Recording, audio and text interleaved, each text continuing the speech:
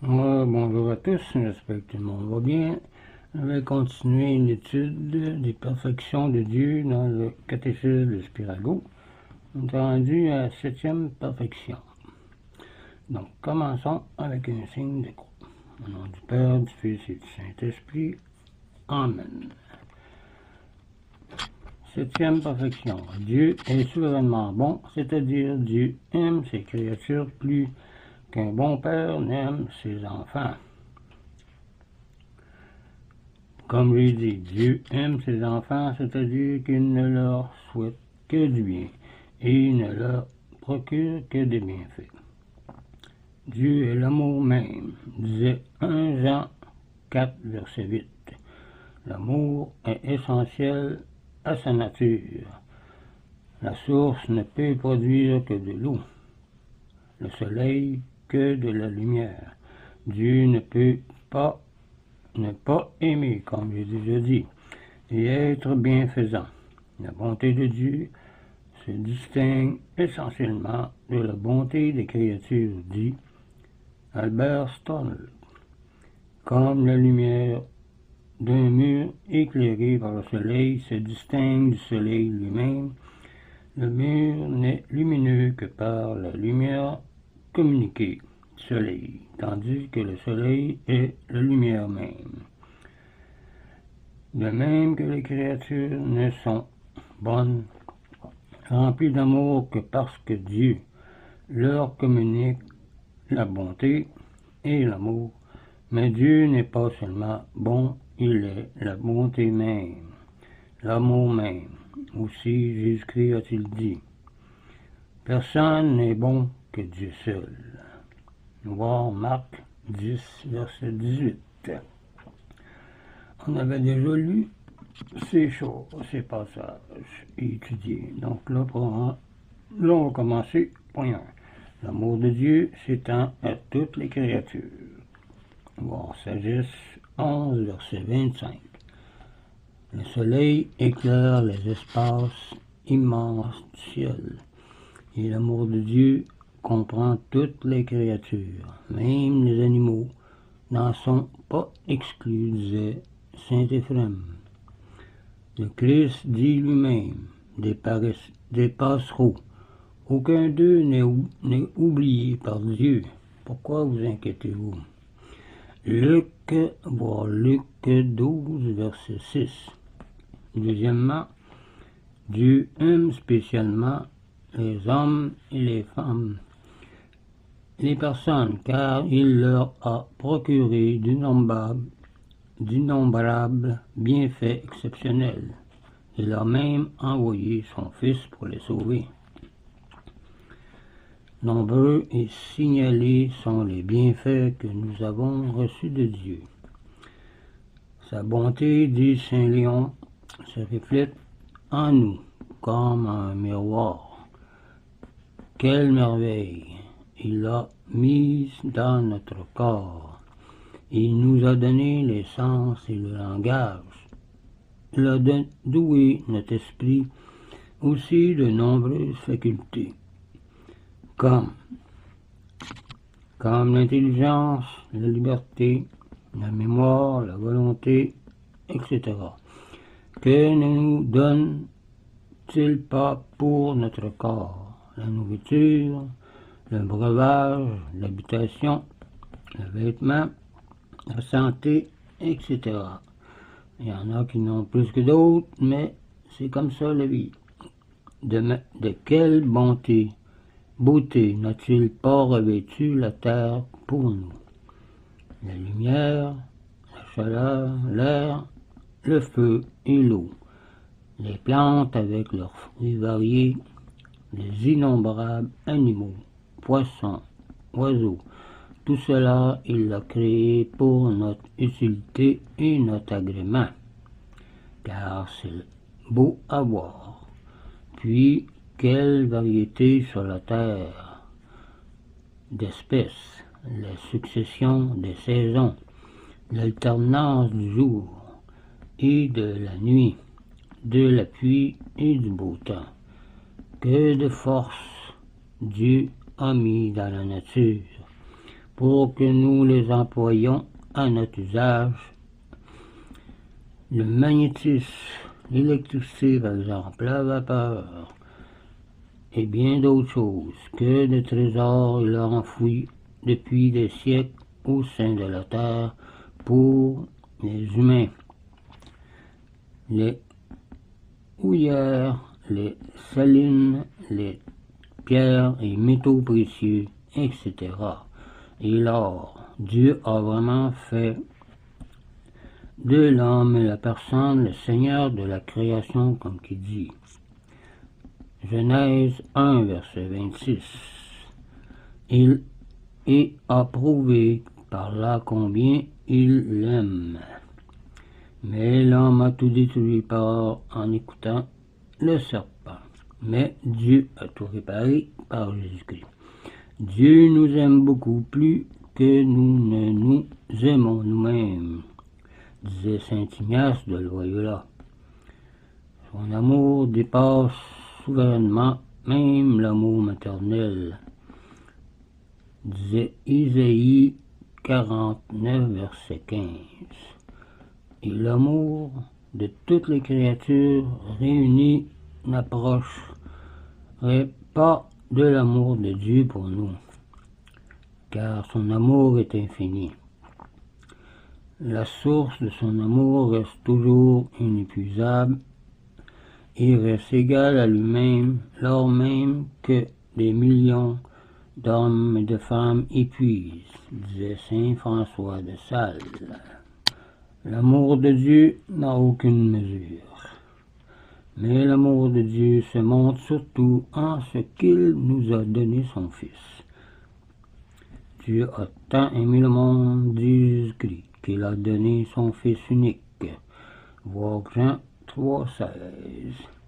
Abraham donne à Dieu la preuve la plus éclatante de son amour en lui offrant ce qu'il avait de plus cher, c'est-à-dire son Fils, en imitant Jésus-Christ. Ainsi a fait Dieu vis-à-vis de nous. On ne peut témoigner de plus grand amour de Jésus-Christ que de donner sa vie pour ses amis, pour ceux qu'on aime.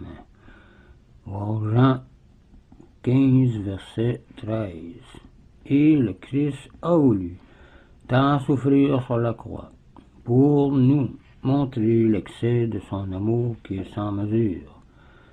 Toute la conduite du crucifié nous prouve son grand amour pour nous.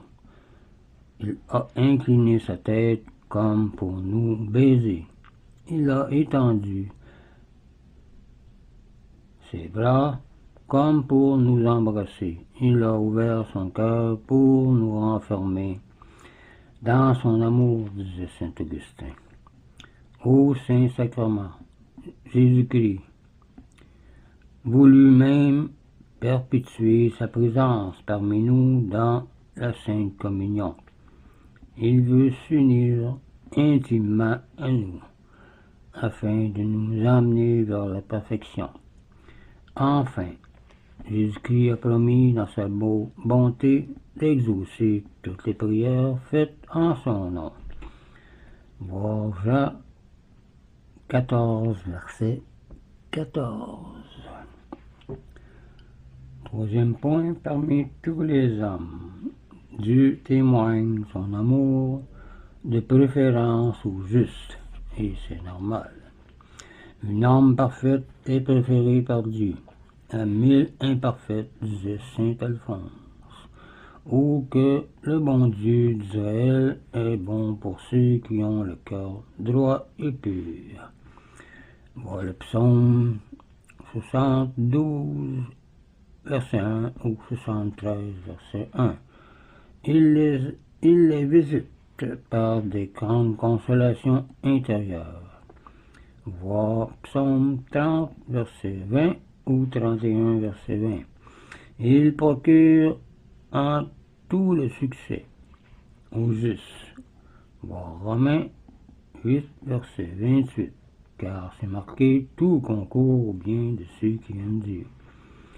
Le Père et le Fils viennent habiter en eux par l'Esprit Saint. Voir Jean 14, verset 23. Dieu récompense aussi les bonnes œuvres des justes bien au-delà de leur mérite. Il les récompense au centuple même. Selon Matthieu 19, verset 29. Il les aime malgré leurs fautes légères et leurs imperfections. Il ressemble à une mère qui aime son enfant avec tendresse et compassion, malgré sa faiblesse et sa mauvaise santé ou sa fragilité. Saint François de Sales disait ça. Quatrièmement, Dieu témoigne son amour même aux pécheurs, jusqu'à leur donner soupir et les comble de ses faveurs, malgré leurs méfaits. Il fait luire son soleil sur les bons et les méchants, comme il fait tomber la pluie sur les justes et les pécheurs. Voir Matthieu 5, verset 45. S'il leur envoie des souffrances, c'est par amour. Dieu est un médecin qui ne taille et ne brûle que pour guérir, disait saint Augustin. Dieu n'aime les pécheurs que parce que tous ont encore en eux quelque chose de bon, et qu'ils peuvent encore se convertir avant leur mort. Mais l'amour de Dieu pour les pécheurs ne peut pas se manifester facilement. Un aimant attire toutes les parcelles de faire rapprocher de lui, mais s'il y a un objet entre lui et elle, sa force peut encore s'y étendre, mais les parcelles ne viendront pas le toucher facilement. Dieu ne refuse son amour qu'aux démons et aux réprouvés. Et pourtant, l'amour de Dieu se manifeste même en enfer, car les damnés ne souffrent de beaucoup, pas autant qu'ils ne l'auraient mérité, selon saint Thomas d'Aquin. L'amour de Dieu repoussé par eux est précisément la source de leur tourment. Ils diront, ah, si bien ne m'avait pas tant aimé, si Dieu ne m'avait pas tant aimé, l'enfer serait supportable. Mais avoir été tant aimé par un Dieu qui a tout fait, quel supplice, disait le curé d'Ars. Puisque Dieu est si bon pour nous, nous devons l'aimer par-dessus tout, disait saint Jean 4, verset 19. Nous ne pouvons pas tant trembler devant lui, comme devant le Tout-Puissant. Nous ne devons pas tant trembler devant lui, comme devant le Tout-Puissant, ni le craindre comme des esclaves, mais nous approcher de lui avec confiance toute filiale et un cœur sincère.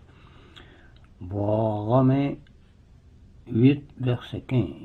Et puisque Dieu est si bon pour nous, nous devons l'être aussi pour nos semblables et nous-mêmes, et même pour toutes les créatures, disait dans Éphésiens 4, verset 32. Dieu nous a donné les commandements suivants: l'amour de Dieu et l'amour du prochain qui résume tout, et l'amour de nos ennemis. L'accomplissement des œuvres de miséricorde dans Matthieu 25, auquel nous sommes tenus même vis-à-vis des bêtes. La bonté de Dieu se manifeste en particulier par sa longanimité, c'est-à-dire sa patience et sa miséricorde envers nous. Ce serait tout pour cette vidéo. La prochaine fois, on parlera d'une autre perfection de Dieu, c'est-à-dire la 8e. Dieu est infiniment patient, c'est-à-dire il laisse aux pécheurs le temps de se convertir. Donc je vous laisse là-dessus, je vous dis au revoir et union de prière.